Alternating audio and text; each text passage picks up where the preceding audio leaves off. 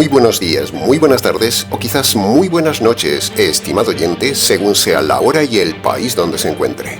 Les saluda como siempre desde este micrófono el pastor bautista Nikos Ricoy, director del programa Encuentros y pastor general de las iglesias del Ministerio Tinajas, emitiendo desde aquí en Valencia, España. Saludos de parte del equipo de trabajo del Ministerio Tinajas y le damos la bienvenida una vez más a nuestro nuevo programa semanal Encuentros.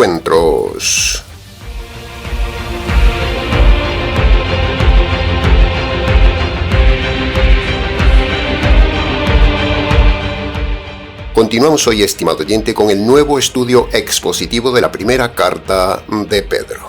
Hoy abordaremos el estudio de los versículos 3 al 5 del capítulo 1. Será otra sección intensa de este viaje largo pero fascinante del estudio completo de uno de los tomos de la Palabra de Dios. Muchas gracias por seguirnos. Para hacer más dinámico el mensaje de hoy, entremos de lleno entonces en el estudio del pasaje de los versículos 3 al 5 que, de forma parafraseada, dicen así: Bendito sea Dios, el Padre de nuestro Señor Jesucristo, que por su gran misericordia nos ha hecho nacer de nuevo por medio del poder de la resurrección de Jesucristo, para que tengamos una esperanza viva y para que un día recibamos una herencia material, indestructible, incontaminada y eterna. Una herencia reservada para ustedes en el cielo, a quienes el poder de Dios protege por medio de la fe, hasta que llegue el día de la salvación que está preparada y que se ha de revelar en los últimos tiempos. Dividiremos el estudio de hoy en 8 frases para su mejor comprensión.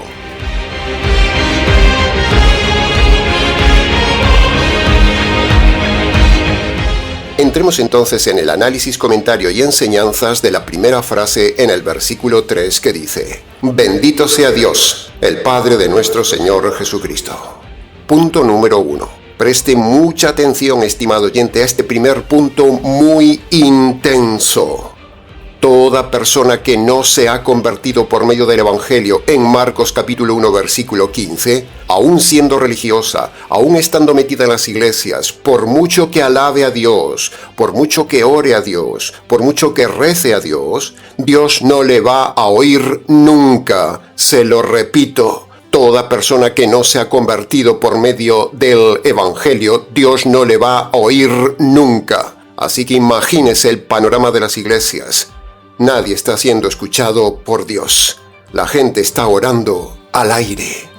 Ya puede estar usted en la iglesia que quiera: calvinista, católica, adventista, pentecostal, mormona, presbiteriana, fundamentalista, rabínica, mesiánica, unicitaria o con los falsos bautistas y un largo etcétera. Ya puede usted darle la solemnidad que quiera a su canto. Ya puede usted tener la mejor voz del planeta. Ya puede usted ser un genio de la música tocando 100 instrumentos para Dios. Ya puede ser usted el mejor director de alabanza. Ya puede usted tener la voz de un ángel, que si no se ha convertido por medio de Marcos capítulo 1 versículo 15, usted es rechazado siempre por Dios.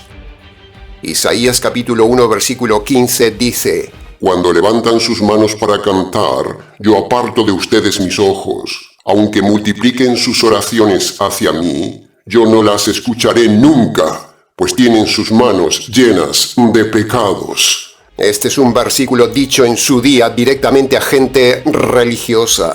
Sus pecados hacen que Dios no le oiga, estimado oyente. Y si usted no sabe cómo se perdonan correctamente los pecados, o si usted está en una de esas iglesias que hemos mencionado antes, que enseñan mal el perdón de los pecados, y que son todas, entonces usted tiene un grave problema. No se ha convertido y Dios no escucha nunca ni su cántico, ni su oración, ni su alabanza.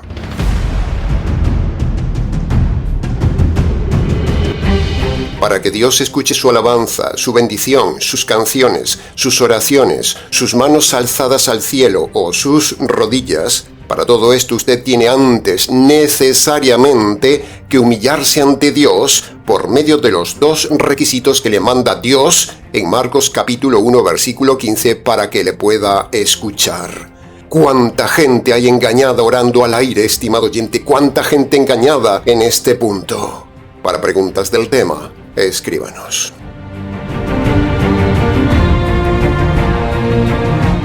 Punto número 2.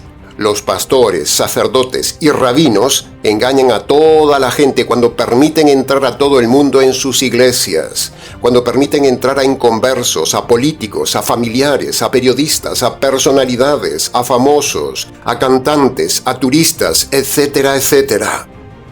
Por ejemplo, la misa multitudinaria del otro día en honor al Papa en el Vaticano fue una blasfemia que Dios no escuchó nunca. El Papa hizo el ridículo porque Dios no escuchó nada de lo que el Papa le rezaba, porque ni el Papa ni ninguno de los políticos, ni sacerdotes, ni reyes, ni emires, ni diplomáticos, ni cardenales, ni líderes presentes en la primera misa del Papa, ninguno de los asistentes a esa misa se ha convertido por Marcos 1:15. Por lo tanto, la solemne celebración de San Pedro fue una farsa ante Dios. Pero también miles de oyentes de este canal, que cantan en sus iglesias cada domingo, que van a misa cada domingo a orar a Dios, en cada culto evangélico que encontramos, la gente que canta en casa, o siguen a cantantes famosos cristianos, a ninguno de ellos Dios los escucha por no estar convertidos.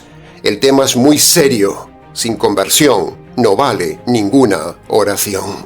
Así de radical como lo oye, estimado oyente. No cante, ni ore, ni rece más a Dios, porque eso aún ofende a Dios si usted no se ha convertido por medio del Evangelio. Para preguntas del tema, escríbanos. Punto número 3. Si se fija bien en esta frase, o en toda la carta de Pedro, o en todo el Nuevo Testamento, nunca encontramos a Pedro rezando el rosario ni rezando a María. La oración de Pedro es solo a Dios y sin repeticiones. El rosario es un invento demoníaco que ofende a Dios. El mismo Señor Jesús lo dijo: No hagáis vanas repeticiones. Y el rosario es pura repetición y está hecho en honor a María, no a Dios. Suponiendo que Pedro fuera el primer papa, aquí en esta frase, ni en todas en su carta, reza a María. Pedro ora solo a Dios. Ese es el modelo que no sigue la falsa Iglesia Católica del supuesto primer papa. Si Pedro es el primer papa, ¿por qué no siguen el modelo de Pedro? El otro día, cuando el Papa salió por primera vez al balcón del Vaticano a dar su discurso, no predicó el Evangelio y para colmo hizo un rezo a María. Eso fue pecado, es idolatría a María. Esta frase de Pedro es una bofetada a todo el ritual católico repetitivo de los rezos y los ritos católicos. Pedro no hace oraciones repetidas. La repetición ofende a Dios. Todo en la Iglesia Católica es aburridamente repetitivo, es pesado, es cansador, es nauseabundo. Es siempre lo mismo. Se repite siempre la misma historia.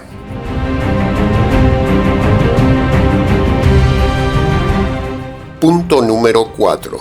Con este tema no podemos dejar de hablar de la mal llamada música cristiana moderna del día de hoy, con todos esos famosos negociantes de la música en el ambiente evangélico. Todo eso es pecado, porque son canciones emocionales, son canciones sentimentales, son canciones con doble sentido y son canciones hechas y cantadas por personas no convertidas. También las canciones solemnes en los templos mormones, en los templos adventistas y también en muchas iglesias bautistas, sin conversión, esos himnos solemnes no sirven para nada. Dios no los escucha porque en esas iglesias no hay verdadero evangelio. Deje de escuchar toda esa música mal llamada cristiana, estimado oyente, es pecado, es un negocio. No pague ese negocio.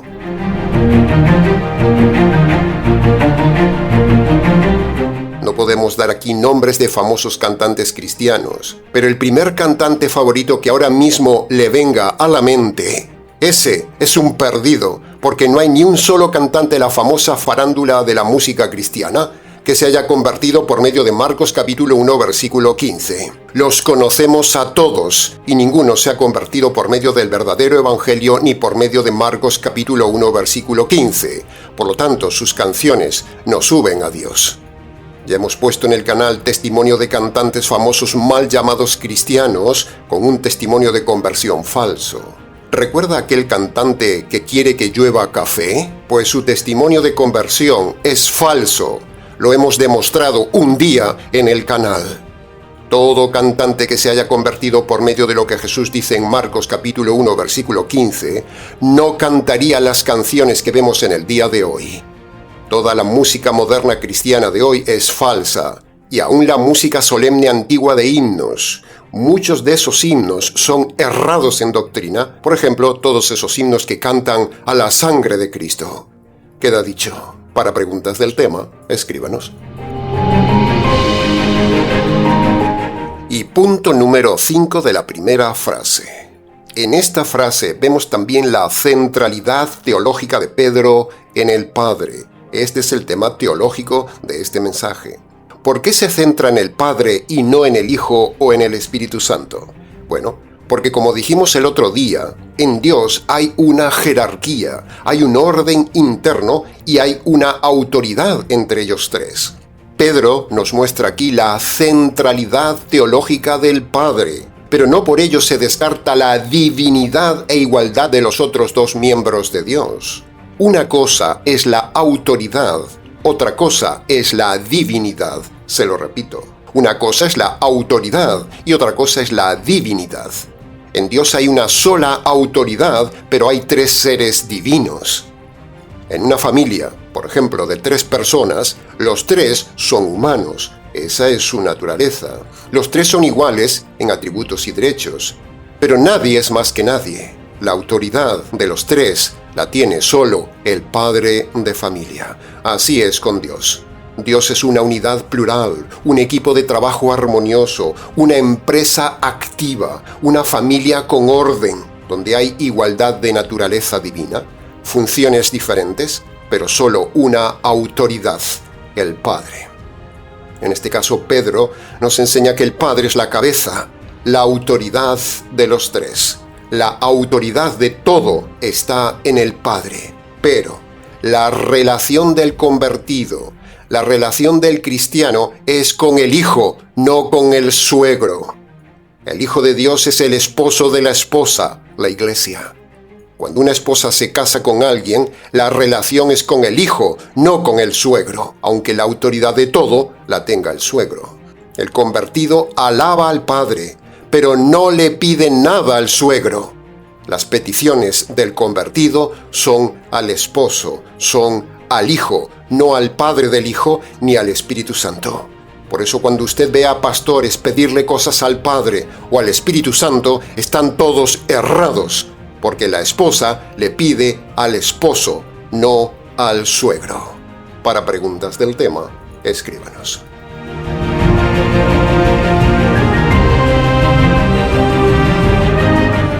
Entremos ahora en el análisis, comentario y enseñanzas de la segunda frase en el versículo 3 que dice: por su misericordia nos ha hecho nacer de nuevo.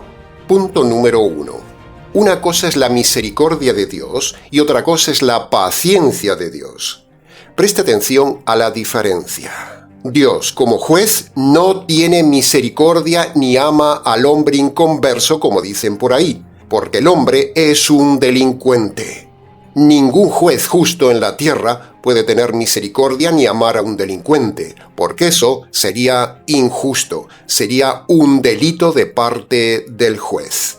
Un juez solo puede tener paciencia con el delincuente, otorgándole libertad condicional, pero no amor, ni misericordia, ni rebajar la pena o perdonar la pena, porque eso sería una injusticia. Dios solo tiene paciencia con el hombre perdido, no tiene misericordia. Los pastores confunden la paciencia de Dios, la ira pasiva de Dios, con amor de Dios o con una misericordia errada de Dios.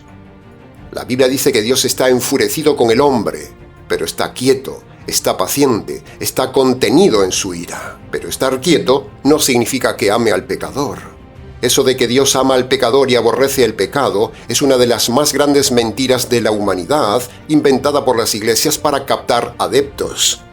Delito y delincuente son una unidad jurídica indivisible. No se puede separar el delito del delincuente. Por lo tanto, si un juez aborrece los delitos, aborrece también al delincuente. Si castiga el delito, castigará al delincuente. Lo mismo sucede con Dios. Si Dios aborrece el pecado, aborrece también al pecador. Que no le engañen.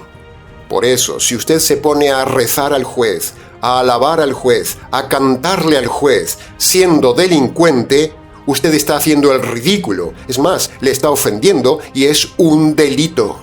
Todo juez que perdona a un delincuente porque le cante, le ore, le pida misericordia o le pida perdón o que le rebaje la pena al delincuente, ese juez es un juez corrupto, porque un juez está para aplicar la ley y la justicia, no para aplicar misericordia.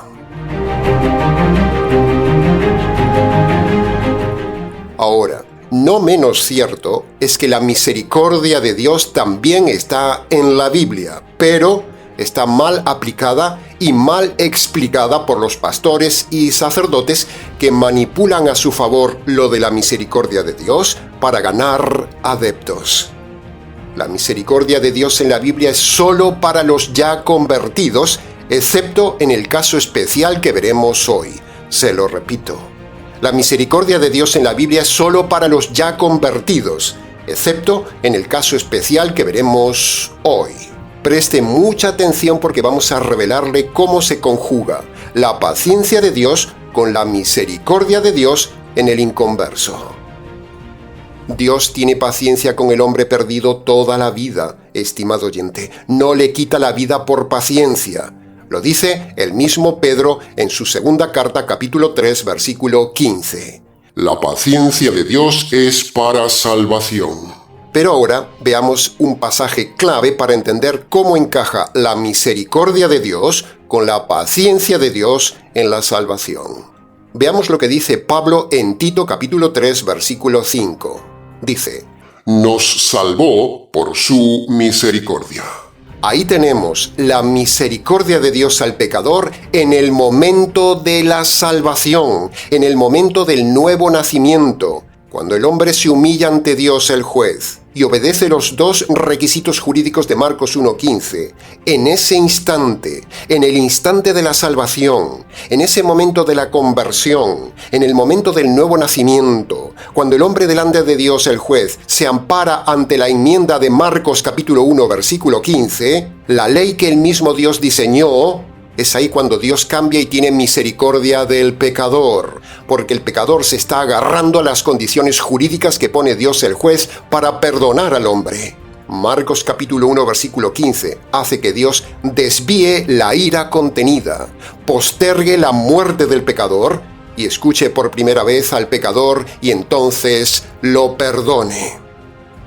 Cuando el pecador se dispone a obedecer Marcos capítulo 1 versículo 15, cuando el pecador se humilla, cuando el pecador se quiebra, cuando abre su boca reconociendo pecado tras pecado ante el juez en el arrepentimiento, y cuando luego el hombre honra a Dios agarrándose de la justicia que el juez derramó sobre su Hijo, eso conmueve a Dios el juez hasta sus entrañas, aparta su ira, aplica la misericordia y entonces perdona y declara jurídicamente inocente al hombre delincuente.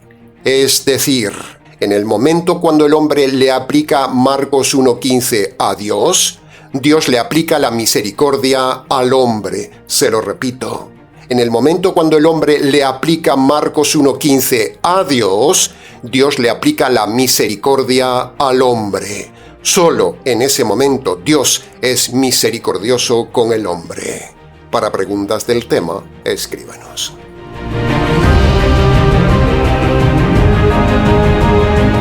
Punto número 2.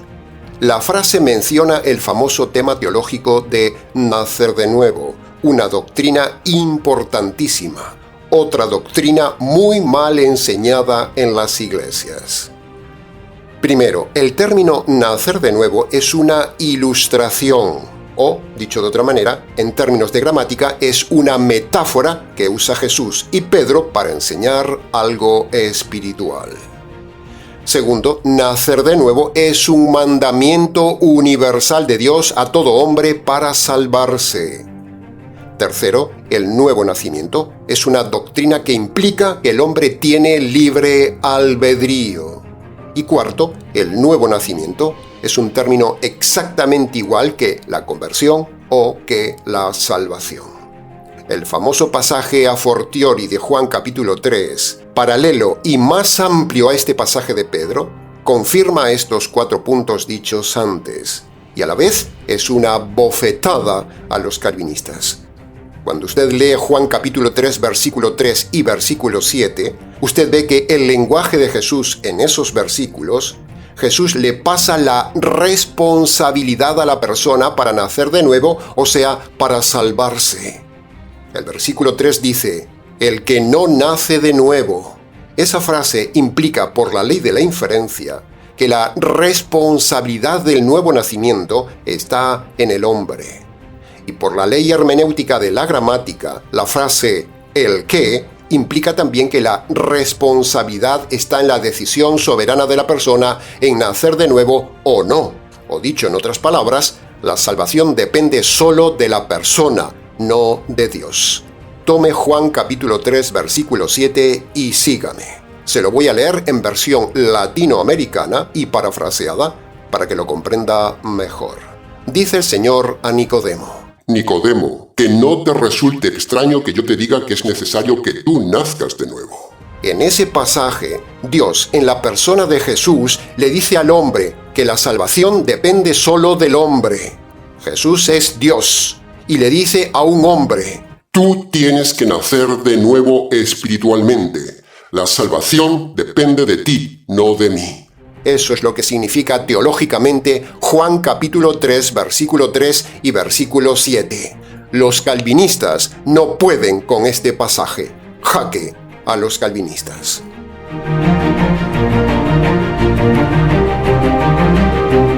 Punto número 3. Entonces, pastor, si en Juan capítulo 3 la soberanía de la salvación está en el hombre, y aquí Pedro parece decir que Dios hace nacer de nuevo al hombre, ¿no sería eso una contradicción? Pues no, estimado oyente, no es una contradicción. No hay ni puede haber contradicción en la teología bíblica. El problema es que hay que estudiarlo con cuidado porque es un tema especial y hay que aplicar las leyes de la hermenéutica que estamos enseñando y así habrá armonía en el tema. La frase de Pedro dice: Dios nos ha hecho nacer de nuevo. Eso significa que cuando usted, tanto si es judío como si es gentil, cuando usted obedece los 2 requisitos de salvación que le pone Dios, en ese momento Él le da vida. Él le hace nacer espiritualmente de nuevo porque usted primeramente obedeció Marcos 1:15. Usted primero obedece Marcos 1:15 y cuando lo hace, Dios le da el toque y le da vida. Usted hace primero la parte técnica y Dios hace después la parte práctica. Usted obedece Juan capítulo 3, versículo 3 y versículo 7 y Él le da vida espiritual, como dice Pedro en esta frase. Juan capítulo 3 es desde el ángulo del hombre y Pedro nos muestra el ángulo de Dios y nosotros le armonizamos los 2 pasajes. Para preguntas del tema, escríbanos.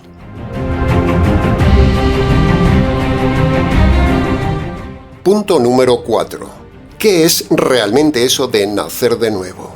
¿Por qué Jesús usó esa ilustración del nuevo nacimiento con Nicodemo, el judío? Bueno, Jesús usa ese lenguaje del nuevo nacimiento porque es un lenguaje que estaba dicho a los judíos en el Antiguo Testamento. Recuerde por la ley del contexto que Jesús en Juan capítulo 3 está hablando a un judío importante, a un maestro de la ley que debería saber este tema del nuevo nacimiento que ya estaba dicho en el Antiguo Testamento. El nuevo nacimiento, teológicamente hablando, es el cambio de la naturaleza del hombre que produce el nuevo pacto del Mesías. Se lo repito. El nuevo nacimiento, teológicamente hablando, es el cambio de la naturaleza del hombre que produce el nuevo pacto del Mesías. Nuevo pacto produce nuevo nacimiento. En el antiguo pacto no había nuevo nacimiento. Esto que decimos lo vemos en Jeremías capítulo 31, versículo 31 y en Ezequiel capítulo 36, versículo 26 al 27, donde se profetiza el nuevo corazón. Ese nuevo pacto, predicho por los profetas y fundado por el Mesías, como él mismo lo dijo, esta es la sangre del nuevo pacto. Ese nuevo pacto, creído por el judío, le producía un nuevo nacimiento, cambiaba al hombre, le daba nueva vida, y era y es como volver a nacer por dentro.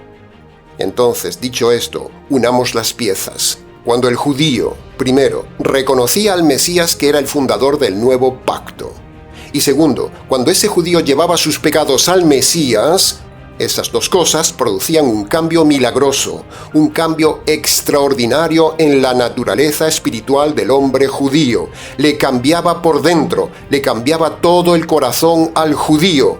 Era el nuevo nacimiento. Ya lo decía el profeta, les daré un corazón nuevo. Ese es el nuevo nacimiento del judío. Creer en el Mesías del nuevo pacto y llevarle sus pecados al Mesías. Pero, para el gentil, el nuevo nacimiento es por medio de obedecer las palabras del Mesías en Marcos capítulo 1, versículo 15. Siempre volvemos al mismo punto. Cuando un gentil reconoce sus injusticias, o sea, el arrepentimiento, y se agarra por la fe de la justicia del Evangelio del Mesías, esas dos cosas, perdona los pecados del gentil, cambia al hombre gentil en una raza de hombres diferentes y produce un cambio total en su ser interior, algo nuevo. Es un ser de justicia. El gentil ha experimentado el nuevo nacimiento. Para preguntas del tema, escríbanos.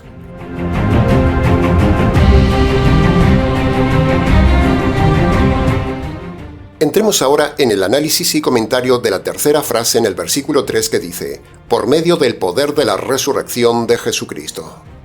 Como ya hemos dicho otras veces en el canal, la resurrección de Cristo es poder y vida.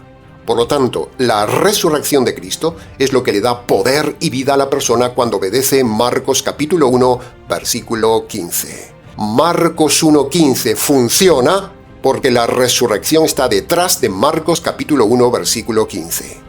Cuando juntamos las dos cosas, el poder de la resurrección de Cristo, unido al verdadero método de salvación del hombre dado por Cristo, la persona se salva, cambia, tiene poder y vida. Pero, si en las iglesias aplican el poder de la resurrección de Cristo a un método equivocado, no funciona. La persona no cambia ni se salva. Por ejemplo, si usted pone pólvora en una bala de plástico y en un arma de plástico, por mucho poder que tenga la pólvora, no funcionará jamás el arma. De la misma manera, estimado oyente, cuando en una iglesia le aplican la dinamita de la resurrección de Cristo a un método falso de plástico, usted ni cambia ni se salva.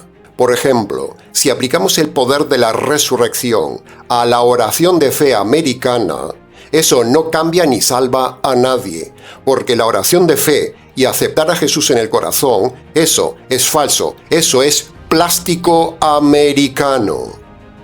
Si aplicáramos el poder de la resurrección a la misa, eso no salva ni perdona a nadie, porque la misa es falsa, no es bíblica, es idolatría y es blasfemia.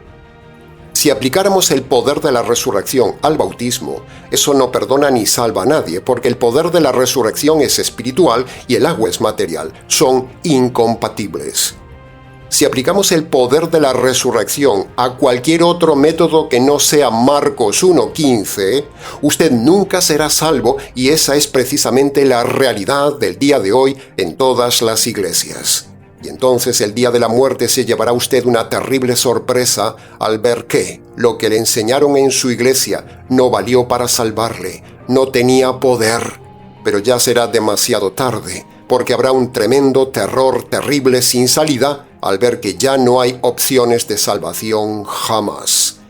El poder de la resurrección de Cristo solo funciona con el método de Cristo, dicho por el mismo Cristo, en Marcos capítulo 1, versículo 15. Bendita combinación, resurrección de Cristo y evangelio de Cristo.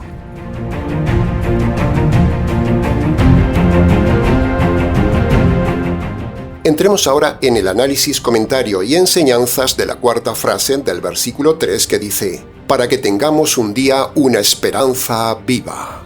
En un mundo sin esperanza, en un mundo donde las iglesias matan la esperanza, en un mundo religioso de falsas esperanzas, en medio de este triste mundo de cansancio, dolor, enfermedad, trabajo, injusticia, suicidio, inmoralidad, perversión, vacío, robos, muerte, corrupción, fraude, políticos corruptos, bancos usureros, maldad de la gente, egoísmo de la gente, entropía, violencia, peligros y un largo etcétera.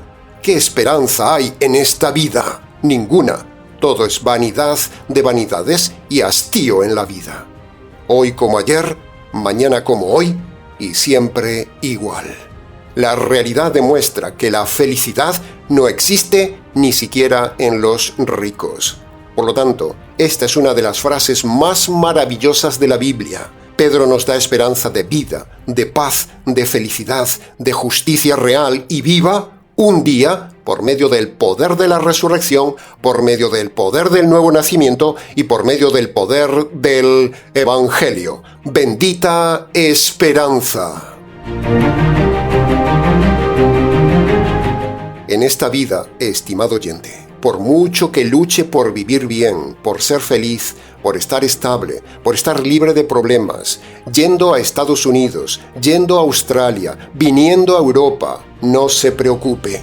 Siempre habrá alguien que le haga maldad, alguien que le haga la vida imposible, alguien que le envidie, que le robe o que le perjudique. Y aunque tenga algunos días estables, tarde o temprano llegará el dolor. Siempre habrá algo que le estropee esos días tranquilos.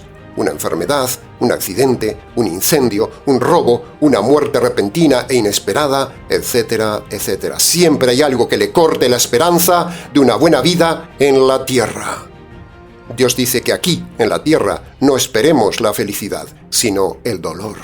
Por eso las iglesias de la prosperidad, sanidad y milagros son todas un fraude. Sin embargo, por muy asombroso e increíble que parezca, el Señor Jesús, el Señor del cuerpo resucitado, Él mismo nos promete por medio del Evangelio una esperanza viva, preciosa, maravillosa, real, en un mundo de hombres que vivan físicamente en armonía, en un mundo material en paz, en justicia y con toda la felicidad que anhela el hombre. Esa esperanza viva existe en el reino de los cielos, estimado oyente.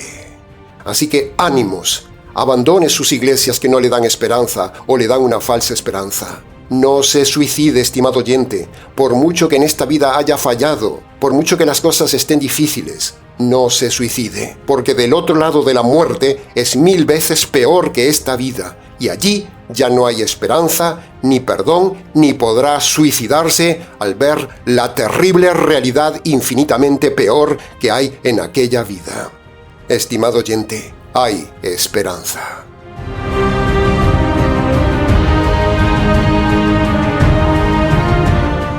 La esperanza mormona de ser como dioses es una utopía, es una mentira. La esperanza de los testigos de Jehová de vivir en un paraíso es falsa. Ya no habrá nunca más paraíso. El paraíso fue solo una vez. Y menos paraíso habrá negando la Trinidad, la divinidad del Hijo y falseando la palabra de Dios. Lo que les espera a los testigos de Jehová, más bien, es el terror eterno. El cielo católico no existe. La salvación de unos pocos, como dicen los calvinistas, tampoco existe. Es una de las mayores mentiras religiosas. Es una falsa esperanza. En definitiva, estimado oyente, hay verdadera esperanza de un mundo mejor, real. Un mundo de paz, justicia y felicidad física material por medio del Evangelio.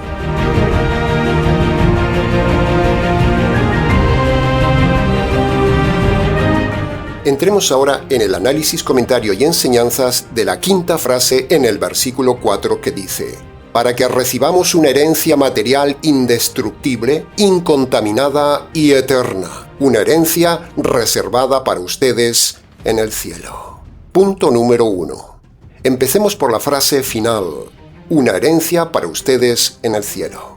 Esta frase, estimado oyente, implica que el cielo no es para todos, pero puede ser para todos. Se lo repito, El cielo no es para todos, pero puede ser para todos los que se conviertan por medio de Marcos 1:15. El cielo es solo para los que deciden nacer de nuevo. El cielo es solo para los que se convierten por medio de su libre albedrío.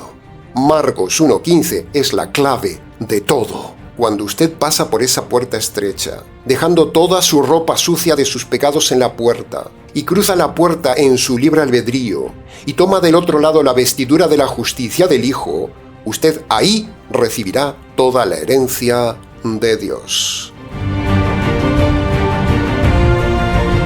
Muchas veces en el canal hemos hablado de esa maravillosa herencia del reino de los cielos. Un mundo material con un cuerpo perfecto, sin vejez, sin enfermedad, sin entropía, sin injusticias. Un mundo donde los hombres se llevan bien, sin envidias, sin peleas, sin guerras, sin maldad, sin dolor, sin robos, sin cansancio, sin miedo a la muerte. Ya no habrá muerte. Será vida para siempre en felicidad perpetua. El tema es inimaginable. Un mundo donde el cuerpo tendrá poderes para aprender mejor, poderes para poder trasladarnos de forma más rápida a los confines del universo. Un mundo sin enfermedad, un mundo sin vejez, sin arrugas, sin podredumbre, sin olor, sin dolor, sin muerte. ¿Se imagina un mundo sin baño? ¿Se imagina un mundo sin suciedad? ¿Se imagina un mundo sin malos olores? ¿Se imagina un mundo perfecto?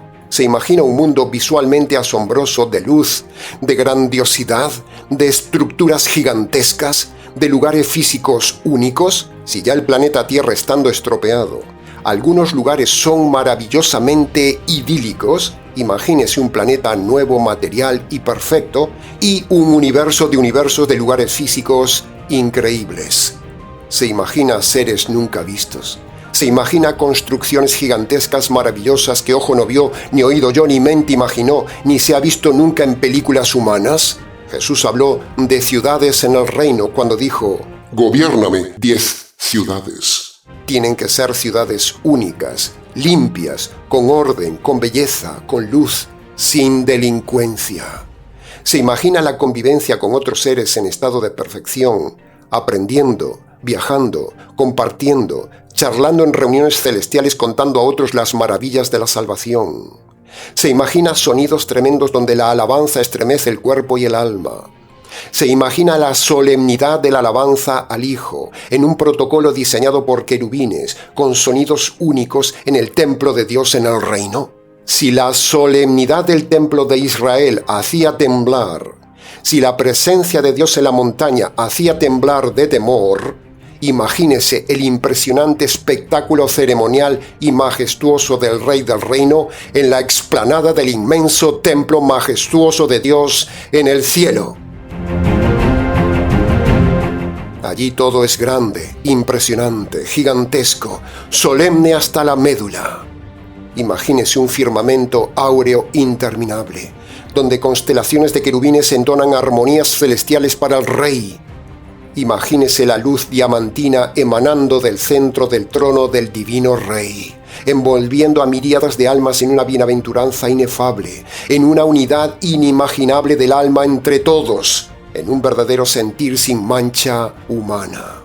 En esa convivencia entre hombres, entre seres y con el Rey, hay un unísono emocional impactante, donde ahí las emociones son puras, son reales, son maravillosas, son preciosas, despertadas por la vista y por los himnos jubilares, resonando en una expansión etérea de forma impresionante en ese marco inmenso de los hombres ante el Rey. Un marco que hará temblar de gozo a todo ser. Cada nota es un deleite al oído, cada imagen luminosa impresiona la retina, cada cosa allí es perfecta. Es paradójicamente un momento interminable, prístino de perfección, solemnidad, belleza y reverencia inmarcesible. Una epifanía gloriosa, una sinfonía sagrada de alabanzas al Rey, al Señor de los señores, al Señor del Evangelio, que trasciende todo entendimiento terrenal. Estimado oyente, eso sí debe ser un éxtasis donde la esencia de la verdadera adoración se vuelve tangible y sobrecogedora. es el cenit de adoración nunca vivido en cuerpo y alma en la tierra. El resplandor nítido toca cada fibra del ser humano, culminando en un momento de plenitud, de postración ante el Señor de los Señores, como algo sin parangón. No solo quiero imaginarlo, quiero vivirlo, quiero vivir todo eso, estimado oyente, tanto en solemnidad de adoración como en vida eterna de plenitud de conocimiento, de viajes, donde no hay aburrimiento y donde cada momento es solemne, es algo habitual, es algo precioso.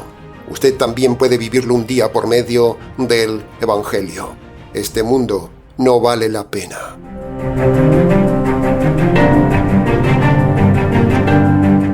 Usted está aquí en la tierra, fue puesto por Dios en la tierra. Aunque haya venido por accidente, aunque la vida que vive le haga sentir que no quería vivir, pero Dios lo hizo venir solo para que usted decida su destino eterno, porque esto no es lo definitivo, es solo un paso a la eternidad. Usted no está aquí para vivir lo mejor posible, ni para tener 100 camas, o para ganar dinero, o para ser famoso, o para trabajar lo mejor posible y vivir lo mejor posible.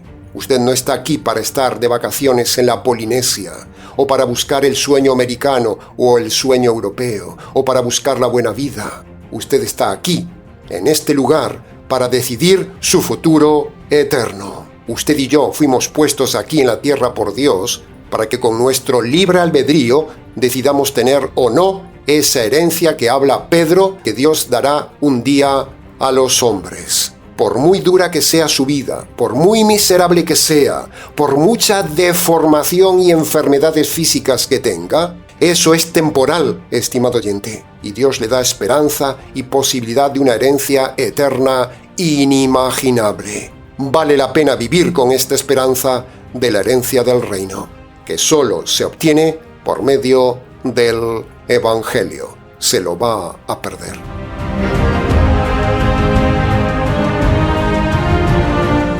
Y punto número 2 de la quinta frase. El texto dice cielo, pero otras versiones dicen cielos. Sea como sea, ambas cosas son bíblicas, son correctas, pero tienen un orden. Permítame entonces explicarle brevemente este tema doctrinal. En este momento, toda persona que se muere habiéndose convertido por medio de los dos requisitos universales que pone Dios en Marcos 1:15, esa persona irá ahora al cielo sin cuerpo, en espera del cuerpo y del reino material de los cielos.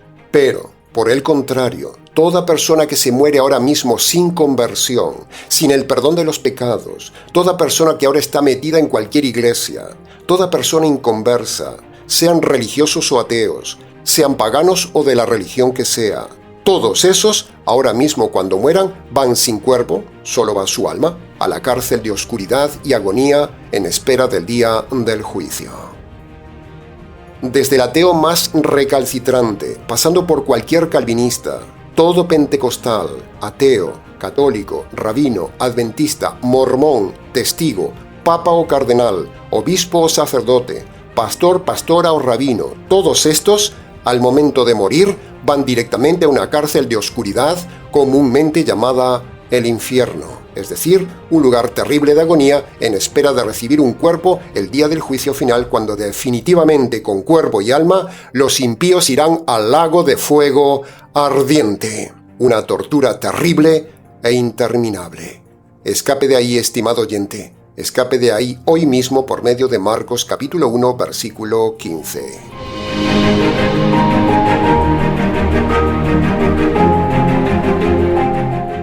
Entremos ahora en el análisis, comentario y enseñanzas de la sexta frase en el versículo 5 que dice: a quienes el poder de Dios protege por medio de la fe.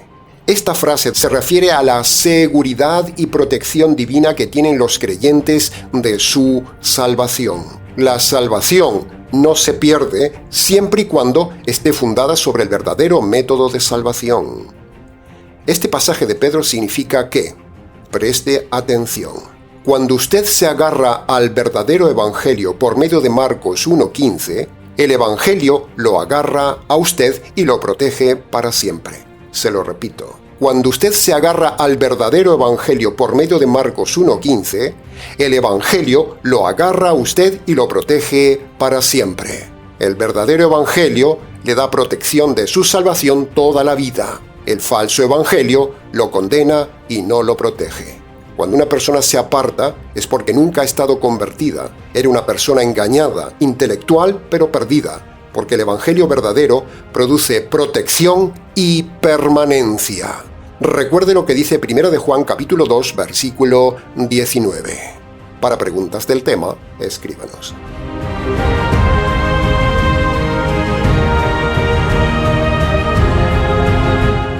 Entremos ahora en el análisis y comentario de la séptima frase del versículo 5, que dice: hasta que llegue el día de la salvación que está preparada. ¿Qué pasaría si llegara hoy el día de su muerte? ¿Tendría salvación, estimado oyente? Ahora mismo, si el Señor le quitara la vida, ¿usted tendría la seguridad de la salvación, el perdón de los pecados y la entrada al cielo?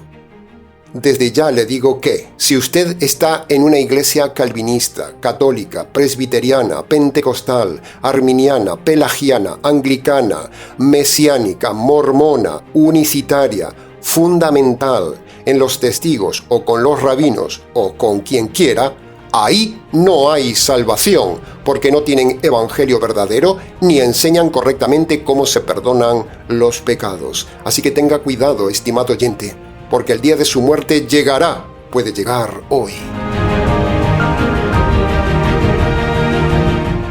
Pedro habla del día de la salvación.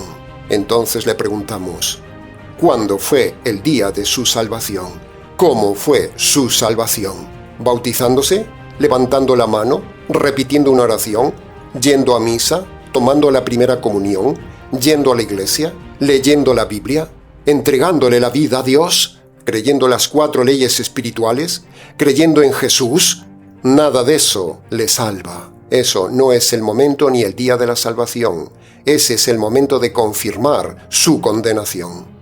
El día de la salvación es cuando usted se postra de rodillas ante Dios el juez y allí obedece los 2 requisitos de Marcos 1:15. Y entremos ya en la octava y última frase del día de hoy del versículo 5, que dice: esa salvación será revelada en los últimos tiempos. De la salvación ya hemos hablado. Ahora tocaremos nuevamente el tema de los últimos tiempos, el tan cacareado tema que le gusta a los oportunistas profetas de siempre, y hasta películas se han hecho del fin del mundo. Pero aún no ha llegado el fin del mundo. Que el fin del mundo aún no haya llegado es una bofetada a los profetas falsos que ven en cada cosa el fin de los tiempos. Pero señoras y señores oyentes, les repetimos que no estamos en los últimos tiempos. Antes del final de los tiempos aún tienen que pasar muchas cosas, así que es imposible que estemos en los últimos tiempos. Hay que ser muy tonto y muy ignorante de la Biblia para decir que estos son los últimos tiempos y que Cristo viene ya. Ni Cristo viene ya, ni vendrá ya, ni estamos en el final de los tiempos. Así que tenga paz. Estamos aún en el medio de los tiempos, no en los últimos tiempos. Este es el tiempo que Dios le da a la humanidad en paciencia para salvarse por medio del Evangelio, como dijimos antes. El Evangelio es lo que detiene el final de los tiempos. El Evangelio es lo que detiene el arrebatamiento de la Iglesia. El Evangelio es lo que detiene que este mundo se autodestruya. El Evangelio es lo que detiene la venida de Cristo y del Anticristo. El Evangelio es lo que detiene y seguirá deteniendo por mucho tiempo el Apocalipsis, porque este es el tiempo de gracia de Dios, el tiempo de la paciencia de Dios, para que usted se salve por medio del Evangelio. Este es el tiempo profético de los gentiles. Aprovéchelo, estimado oyente.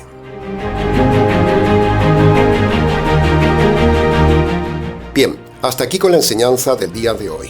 Mucho más se pudo haber dicho de cada frase que hemos estudiado, pero con lo dicho creemos que ha sido suficiente para su enseñanza y su reflexión. Para preguntas del tema, escríbanos.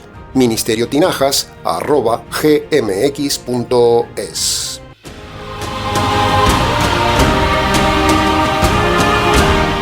Nada más por hoy, estimado oyente. Nos hemos extendido un poco, pero fue necesario. Les ha compartido este mensaje quien les habla, el pastor bautista Nikos Ricoy, emitiendo desde aquí, en Valencia, España. Será entonces con el gusto de siempre, hasta el próximo mensaje, aquí en nuestro habitual programa semanal Encuentros.